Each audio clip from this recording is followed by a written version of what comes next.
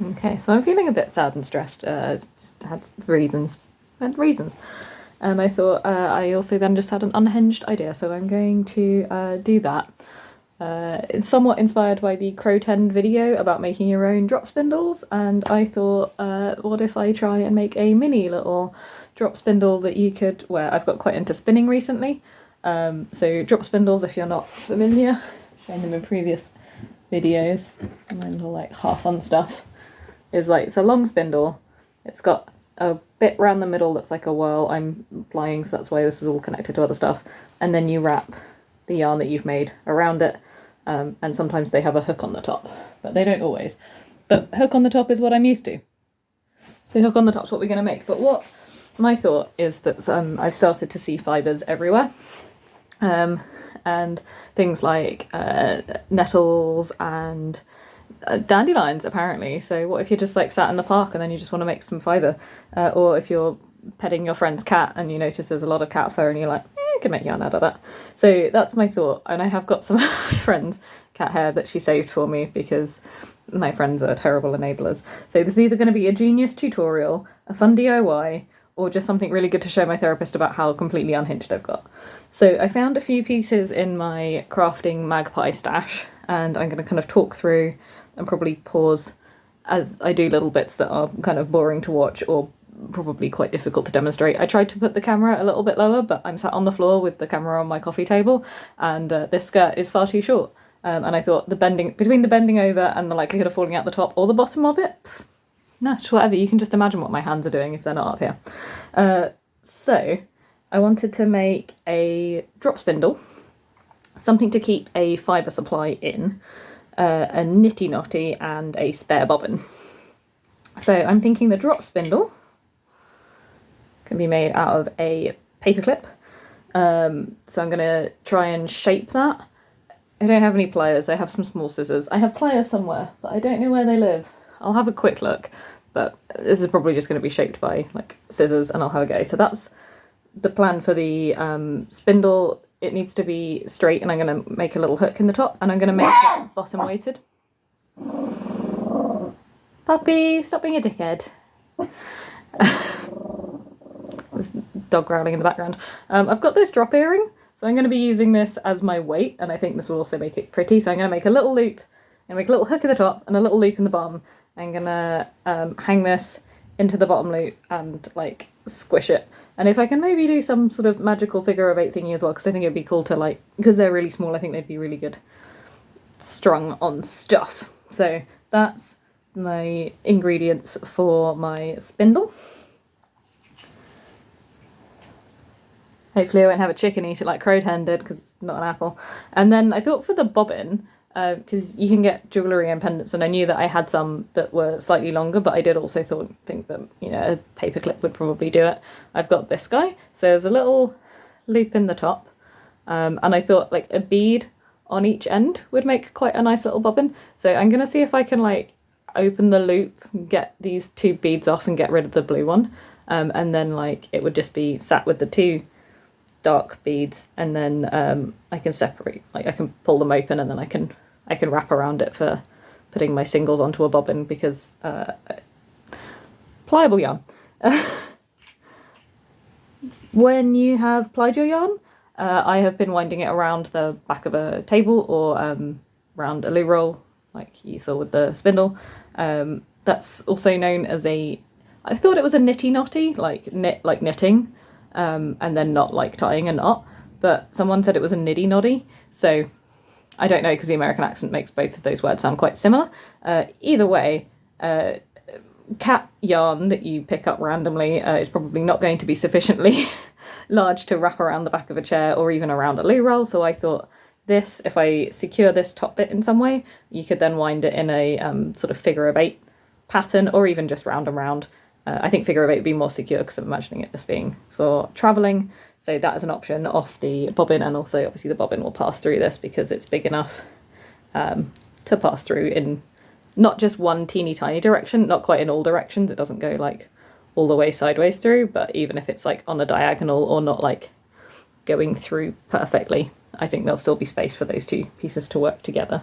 And also, what if you were out and you don't want people to know that you're a crazy person that likes spinning cat fibre, because like my friends that keep cat fur for me are lovely, but they're not all of my friends are that mad.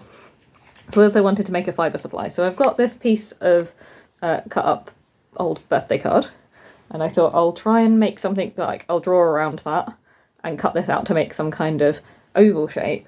And then if I get some pretty fabric, like this guy, where I got the fat quarter from Lidl, I think, a while ago. Any patterned fabric probably be good as long as it's like got the pattern that's cute. If I put that around, I can probably sew it through the edge. So this will be like just fabric with a little bit of stitching around it and around this sort of size. I could then have it like a pouch that sort of maybe drawstrings at the back, or so from the front it would just look like, oh look, it's just a little cute fabric pendant, but then like from the back you can be hiding a small fibre supply in there. So I'm gonna have a go with that, and I will turn the camera on and off because I don't want this to be like a 7-hour long video of me trying to injure myself, or because I'm trying to show it like that. And I will turn the camera back on as I make different pieces, or fail entirely. And if I do make all of this stuff like the crazy person that I think that I probably am, then I'll have a go at spindling some cat fur. It's going to be fun, or it's going to be a fail compilation, or it'll be something fun to show a therapist at some point. Okay, so partway through update. I don't know how long I've been working on this, I've paid no attention to the time. The drop spindle itself was really easy. I didn't need to use any tools or anything, I just bent it with my hand. So this is a paper clip, and that bent over fine. I took the earring like wire for making it a dangly earring out completely, and I threaded that through the top of this because I just thought, why make it more complicated by having to have two things I need to bend into a loop. Have created a little loop there on the back, so I can like thread it onto a necklace or a piece of string or whatever that I want to, and then I've just folded it back up around itself. I figured, like, my thought initially was like, oh, what if you were just wearing it as a little necklace, but then secretly was like, psych, it's a drop spindle, and like, so I wanted to make everything look kind of like jewellery, but I don't know how well that's going to come across. I think we're probably at a stage where it was like, if you said that you bought it off a market stall, someone would be like, oh, okay, it looks like they were like an eco-hippie person. Bobbin has been a little bit trickier, so I've been able to, I was having trouble, dog noises, car noises, I was having trouble getting the extra little bead off, decided it probably wasn't worth the effort of trying to like bend everything super straight, especially without a pair of pliers. So this is the earring hook wire. I'm having trouble getting this to bend all the way around into a little loop, but I've just stuck a different bead on the end of that and bent that up. I only need it to stop the fibre just coming off the end, so that should work. I've tied this up close with a little bit of string, so I've sort of just like lashed it along using a bit of friendship bracelet tech. And for the fibre pouch, I've cut up my little bit of card. I was going to measure it around, I eyeballed it and it was perfect. And then I used the bit around it to make a little pattern finder. I'm going to go through each step because I think this one's going to be quite involved. Okay, so my partner came home, so there may be bonus partner noises in the background as well as bonus dog noises, and thankfully has yet to ask what I'm doing, so that's just going to be a fun surprise for the end of the video. So I've taken that piece of fabric where I used the little offcuts as a like pattern finder to find the bit that I wanted so I could get it kind of nice and central. And I've taken some regular doubled over sewing thread on a needle to make it kind of a bit stronger. And I've just gone across the back in a process that was called carding in the book of how to make hand sewn boxes that I got and learnt this from, and that what that's done is made like a nice flat surface on one edge, and that's like nice and secure now. Ostensibly you go like across in one way and across in the other way, but also because this is an oval I've sort of just gone any way that I fancy. I'm going to do the next bit and come back to you. Okay, so having taken that little bit of cardboard with the fabric over it, I have made the body of the little bag. So I've got the cardboard there, and then the carded part with all of the threads going in the different direction is on the back. I've then cut out this circle-ish of fabric. I tested that it was the right side by just like scrunching it around the bit in that. I didn't do that, this was the first one that I did. Anyone that says they are perfect is lying. And I put that on so the front side is out, so it'll look nice on the outside, and then also that has covered all of the threads on the inside, so nothing's going to be getting caught up in there. And I've done that by just doing it's like called a whip stitch, just around the edge there, or like a little tacking stitch, like nice and neat and tidy, so it just goes through the fabric, not through the cardboard, and then through the other piece of fabric behind it.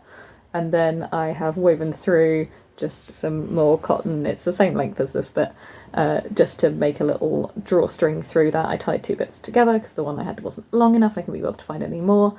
I will probably go back in and hem in a teeny little hem around the edge of this so that it doesn't fray, but not today, Satan. And if we draw up that drawstring, we end up with something that looks like this. Now, I would say that that looks like there is more to this than it just being a pendant. Like, it's obvious there is some kind of trickery afoot. And we may have a go at putting a little thread loop through here at the top so that it would hang. So it's clearly, obviously, not just a pendant, but also I think it's tidy and good enough for our purposes. Which means, I believe, that it is now time to have a go and possibly hear my partner's reaction in the background. See if here's what I've been making. So let's start out by testing the fibre supply first.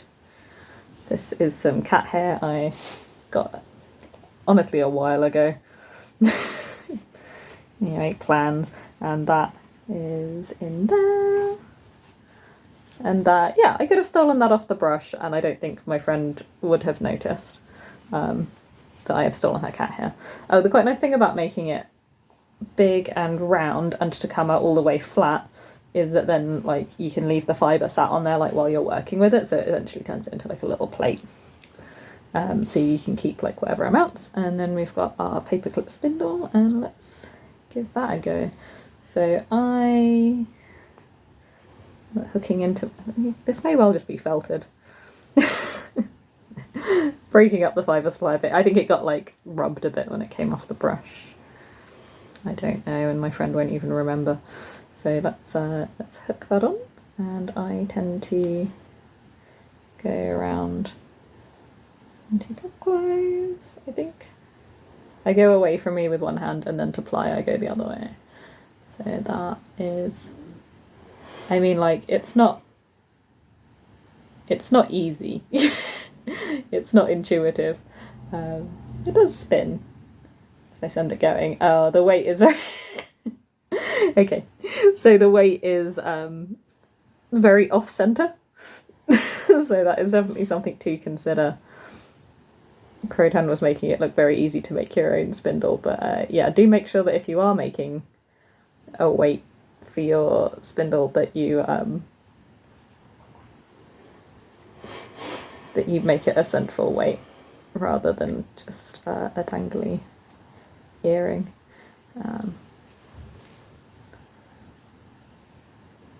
Hook also not wonderfully effective.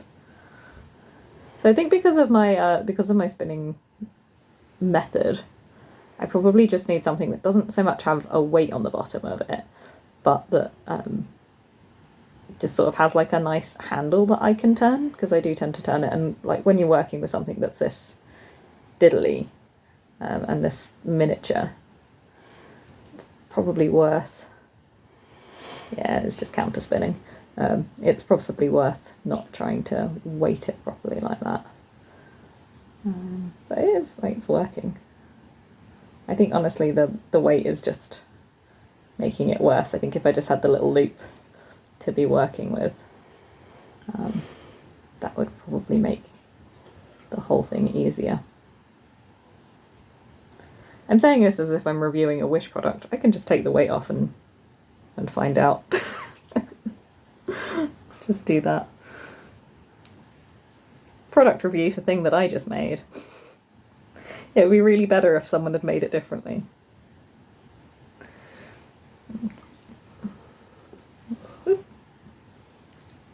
And off.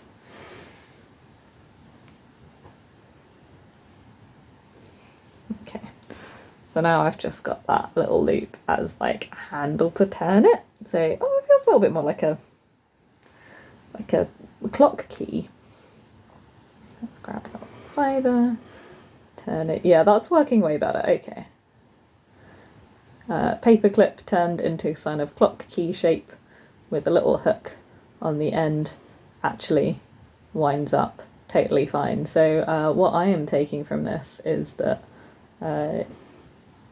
you could just go out into the world with a paperclip and not just reset a computer, but also turn it into a little improvised, probably not a drop spindle because I'm not dropping it, hand spindle for such occasions. Okay.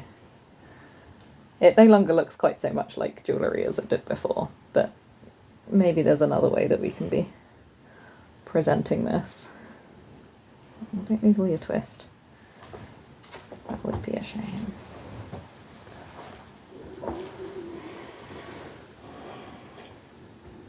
Tell me you're a newbie spinner without telling me you're a newbie spinner. Okay, and then my usual method is to like wrap stuff back around itself. But let's test out our bobbin.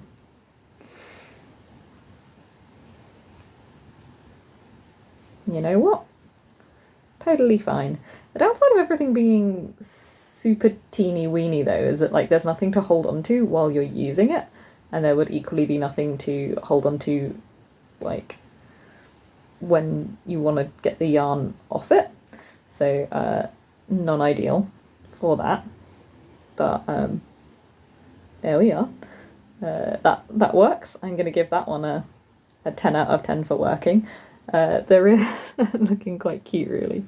There is also, and you could probably keep it on there, like it feels pretty secure because it's so small and light, like it's not just going to come up. There's also a working smarter and not harder. I thought that actually this would work quite well as a travel bobbin.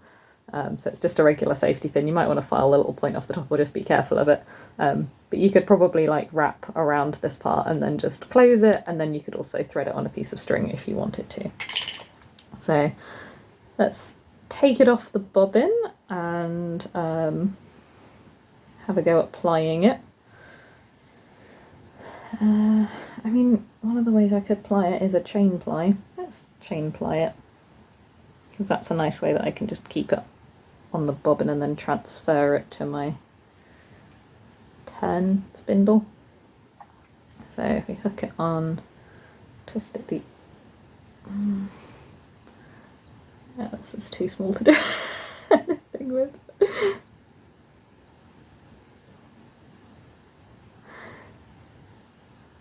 So if we hook on our chain and we start to twist it up into a 3-ply chain yarn. I mean, I don't know that this is making the process any easier than just literally spinning it around with your fingers, but I suppose for the purposes of like keeping it on something, like the bobbin part's probably like the most practical. Although this is giving me a lot of extra twist actually. Maybe just like all spindling, it just takes a little bit of time to get used to your new spindle, even if you did make it out of a paper clip.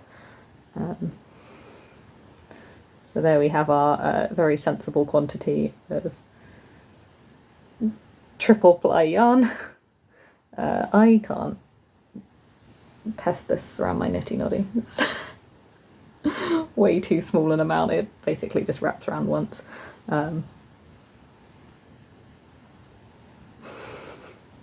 So I guess that's the downside. If you only have enough fibre to make that much and like not wrap around it properly, then you can't use this part. But let's see if I can find some other slightly longer piece of fibre I spun earlier. Blue Peter style. There's some that I trimmed off something.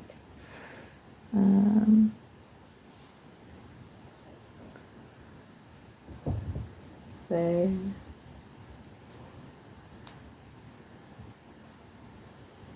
yeah, you've got like a small quantity that you just need to wrap around. You know what? It's going to wrap around easier just by like wrapping it around one edge, as opposed to doing that figure of 8 thing. But I mean, that's what I meant. I guess if you had like a longer length, then you could do more of a figure of 8, which would like tension it better. This is, I unplied it to get some actual length out of it. So this is like unwinding. But, you know. It is definitely a thing that you can wrap stuff around, and because it is metal, because it is solid plastic, it's not going to necessarily deform even if it's under tension. So probably wrapping it around the edge, and then you've just got almost like the U shape, or if you've got a longer amount that wouldn't just nicely wrap around the edge, you've got the figure of 8 option. So I'm going to call that part a success. If you only have this much because you've used up all of your fibre, you can just obviously pop it back in there. Worry about it later. So I'm going to say that this was a very unhinged and reasonably successful project. So we have our not drop spindle, we have our definitely not a bobbin, and we have our little fibre supply, which still needs a little bit of hemming, but I think it does all look very cute. If you weren't fibre supplying and you just wanted to keep all of the tools in there, they do all fit, because everything's so small, so everything like fits in there. So you could in theory carry this around, and then that would be like for everything, but obviously then your tools are going to be in with whatever fibre and stuff that you've got. So that's an option. You could carry things around. Things don't really have loops as much as I was hoping that they would, in order to just string them all onto something. So I would struggle with that, I think, to actually wear them like jewellery.